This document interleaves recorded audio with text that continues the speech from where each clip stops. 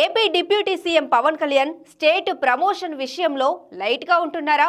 పథకాల ప్రారంభోత్సవాల్లో చురుగ్గా పాల్గొంటున్న పవన్ పెట్టుబడుల సదస్సు, పరిశ్రమల ఏర్పాటు లాంటి కార్యక్రమాలకు ఎందుకు దూరంగా ఉంటున్నారు? ఆయన దూరంగా ఉంటున్నారా లేక దూరం పెడుతున్నారా? ఆ విషయమై కూటమి సర్కిల్స్లో జరుగుతున్న చర్చ ఏంటి? Let's watch the story.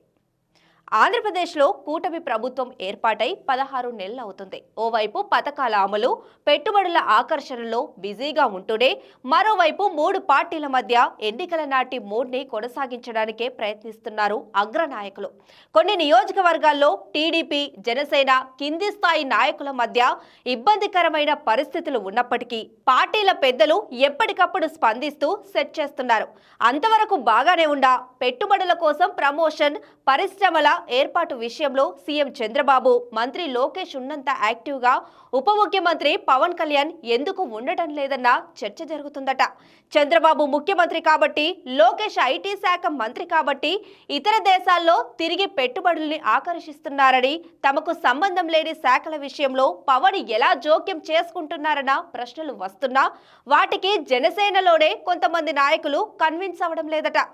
ఎన్నికలకు ముందు కూటమి ఏర్పాటులో కీలక పాత్ర పోషించిన వ్యక్తి ఇప్పుడు ఇలా సైలెంట్ అవ్వడం గ్లాస్ పార్టీలోనే కొందరికి మింగుడు పడడం లేదట. పరిశ్రమల ఏర్పాటు, పెట్టుబడుల విషయంలో పవన్ కళ్యాణ్ కు నేరుగా సంబంధం లేనప్పటికీ ప్రభుత్వంలో ఆయనకు ఉన్న ప్రాధాన్యం, పోషిస్తున్న కీలక పాత్ర దృష్ట్యా కనీసం వాటికి సంబంధించిన ముఖ్యమైన కార్యక్రమాల్లో సైతం ఎందుకు పాల్గొనడం లేదన్న ప్రధానంగా వస్తున్న డౌట్ అట. మొన్నటికి మొన్న వైజాగ్ వేదికగా 2 రోజుల పాటు జరిగిన సిఐఐ సదస్సులో పవన్ కళ్యాణ్ కనిపించకపోవడంపై రాజకీయంగా పెద్ద చర్చ నడుస్తుంది. అలాగే ఢిల్లీలో జరిగిన గూగుల్ డేటా సెంటర్ ప్రోగ్రాంలో కూడా పవన్ పాల్గొనలేదు. ఈ రెండింటికి ఆయన హాజరై ఉంటే బాగుంటుందన్న అభిప్రాయం జనసేన పార్టీ వర్గాల్లో కనిపిస్తుంది.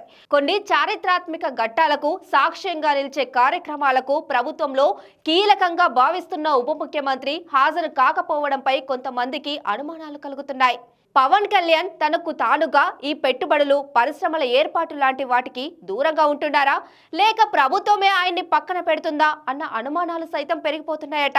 వాస్తవానికి మొదట్లో బాగా యాక్టివ్ గానే ఉన్నారు ఉప ముఖ్యమంత్రి. తల్లికి వందనం కార్యక్రమం, మహిళలకు ఉచిత బస్సు పథకం ప్రారంభం, ఆటో డ్రైవర్లకు 15,000 ఇచ్చిన కార్యక్రమంలో కూడా పవన్ కళ్యాణ్ యాక్టివ్ గానే పాల్గొన్నారు. ఆయా సందర్భాల్లో చంద్రబాబు, లోకేష్ కూడా ఆయనకు తగిన ప్రాధాన్యం ఇచ్చారు. కానీ పథకాల విషయంలో యాక్టివ్గా ఉన్న పవన్ స్టేట్ ని ప్రమోట్ చేసే విషయంలో మాత్రం ఎందుకు దూరంగా ఉంటున్నారన్నది $1,000,000 క్వశ్చన్. అదే విషయంలో ఆయన పవన్ బ్రాండ్ ఇమేజీని పథకాల వరకే పరిమితం చేస్తున్నారా అన్న డౌట్స్ కూడా ఉన్నాయి కొంతమందిలో. పవన్ కు ఉన్న ఇమేజ్ ని బయట కూడా ఉపయోగించుకుంటే రాష్ట్రానికి మరింత పెట్టుబడుల ఆకర్షణ ఉంటుందన్న చర్చ రాజకీయ వర్గాల్లో జరిగింది. ఈ క్రమంలోనే విశాఖ వేదికగా జరిగిన పెట్టుబడుల సదస్సులో పవన్ కళ్యాణ్ ఎందుకు పాల్గొనలేదంటూ వైసీపీ ప్రశ్నిస్తోంది. Chandrababu, Lokesh AP brand image పేరుతో తనకు తాము ప్రమోట్ చేసుకునే పనిలో ఉన్నారని, ఆ విషయం తెలిసే పవన్ కళ్యాణ్ సైలెంట్ గా ఉంటున్నారన్నది ప్రతిపక్షం విశ్లేషణ. ఆ సంగతి ఎలా ఉన్నా ప్రపంచ దేశాల ప్రతినిధులు పాల్గొన్న విశాఖ సదస్సు, ఉపరాష్ట్రపతి చీఫ్ గా వచ్చిన కార్యక్రమంలో ప్రోటోకాల్ ప్రకారమైన పవన్ హాజరు కావాలి కదా అని అడుగుతున్నారు కొందరు. కేవలం ప్రధాని వచ్చే సభలకు మాత్రమే హాజరవుతున్న డిప్యూటీ సీఎం అన్ని లక్షల కోట్ల ఒప్పందాలు జరిగే ఈవెంట్కు ఎందుకు దూరంగా ఉన్నారన్న ప్రశ్నకు జనసేన నుండి కానీ, మొత్తం కూటమి వైపు నుంచి కానీ స్పష్టమైన సమాధానం రావడం లేదు. ఇటు జనసేన కార్యకర్తలతో పాటు సోషల్ మీడియా వేదికగా జరుగుతున్న ఈ చర్చకు జనసేనాని నుండి ఎలాంటి సమాధానం వస్తుందో చూడాలి.